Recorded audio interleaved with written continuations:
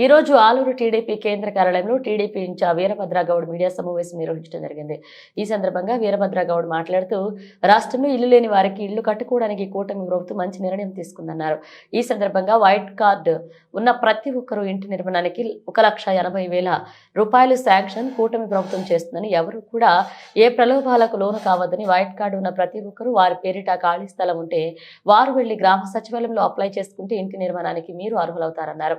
ఈ సదావకాశాన్ని అందరూ సద్వినియోగం చేసుకోవాలన్నారు. అదేవిధంగా ఆలూరు నియోజకవర్గ టీడీపీ ఇన్ఛార్జ్ మార్పులు చేర్పులు జరుగుతున్నాయని, గత 3 సంవత్సరాల నుంచి వస్తున్న అపోహలు నిజం కాదని, ఇలాంటి అపోహలు చేస్తున్న వారిపైన అధిష్టానానికి ఫిర్యాదు చేస్తామని తెలియజేశారు. ఒకవేళ నిజంగా ఇన్ఛార్జ్ మార్పు చేస్తే అధికారికంగా ఒక లెటర్ ఇస్తారని, అదేవిధంగా తెలుగుదేశం పార్టీ సాంప్రదాయబద్ధంగా ఆ నియోజకవర్గంలో పోటీ చేసి ఓడిపోయిన వారికే ఇన్ఛార్జిగా నియమిస్తారని తెలియజేశారు. 2,50,000 కూడా వస్తుంది, కొద్దిగా లేట్ అవుతుంది. ఇంకా అది ఫస్ట్ అర్బన్లో ఫిల్అప్ చేస్తారు. దాదాపు ఈ 1,80,000 ఇళ్ళు దేశమంతా, భారతదేశమంతా 2 కోట్ల ఇళ్ళు ఇవ్వాలని ఉన్నాం.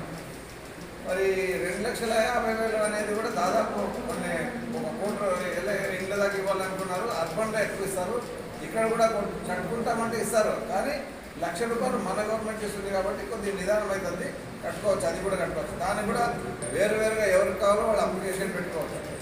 ఈ అప్లికేషన్ మనం ఎవరిని అడగల, డీని అడగల, లేకుంటే ఇన్ఛార్జ్ తిరుపతిని అడగల, లోకల్ లీడర్ని అడగల, ఇవన్నీ ఏం లే.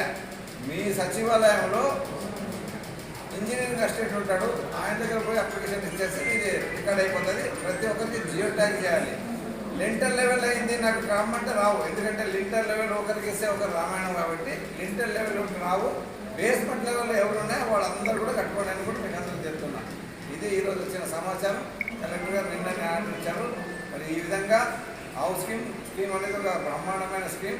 మనం 4 లక్షలు పెట్టి కడతాము, 3 లక్షలు పెట్టి కడతాము, అది మన ఇష్టం. కానీ 1,80,000 మాత్రం గవర్నమెంట్ ఉచితంగా ఇస్తుంది. అలా మార్చాల్సిన పరిస్థితి వచ్చినప్పుడు అధికారికంగా లెటర్ వస్తుంది. ఊకే ఎవరు పెడితే నేను ఇచ్చానని చెప్పుకోవడం, ప్రజల్లో ఆ బాణాలు ఇచ్చడం, అవన్నీ ఎన్నో అయిపోయినాయి. నేనేమంటానంటే ఎవరైనా ఎన్నైనా చెప్పుకోవచ్చు, దాని నుంచి మనకేమి నష్టం లేదు. కాకపోతే ఇన్ఛార్జ్ వేరే వాళ్ళకి ఇస్తున్నాము అంటే అధికారికంగా ఒక లెటర్ వస్తుంది. జనరల్గా తెలుగుదేశం పాలసీ మ్యాటర్ ఏమి, ఓడిపోయిన వాళ్ళే ఇన్ఛార్జ్గా ఉంటారు. ఒకవేళ ఓడిపోయిన వాళ్ళు ఇన్ఛార్జ్ మార్చాలా, 9 మందే ఉంటాం, 9 మందిని మార్చాలా, లేకుంటే దాంట్లో ఒకరిద్దరిని మార్చాలంటే కూడా అధికారికంగా లెటర్ వస్తుంది స్టేట్ పార్టీ. నిన్న ఇక్కడ బాండాలు ఇచ్చినప్పుడే నేను కూడా స్టేట్ పార్టీ ప్రెసిడెంట్ మన పొల్లా శ్రీనివాస్ యాదవ్తో మాట్లాడాను. ఆ క్వశ్చనే లేదు కూడా అన్నారు. వాళ్ళు ఇప్పుడు సభ్యత్వం చేస్తామని పోయారంట. ఆ సభ్యత్వం సామాన్య ప్రజలు కూడా చేయొచ్చు కదా. సభ్యత్వం చేసేకి దానికి సంబంధం లేదు కదా. సభ్యత్వం ఎవరు వస్తారో వెల్కమ్ అంటారు.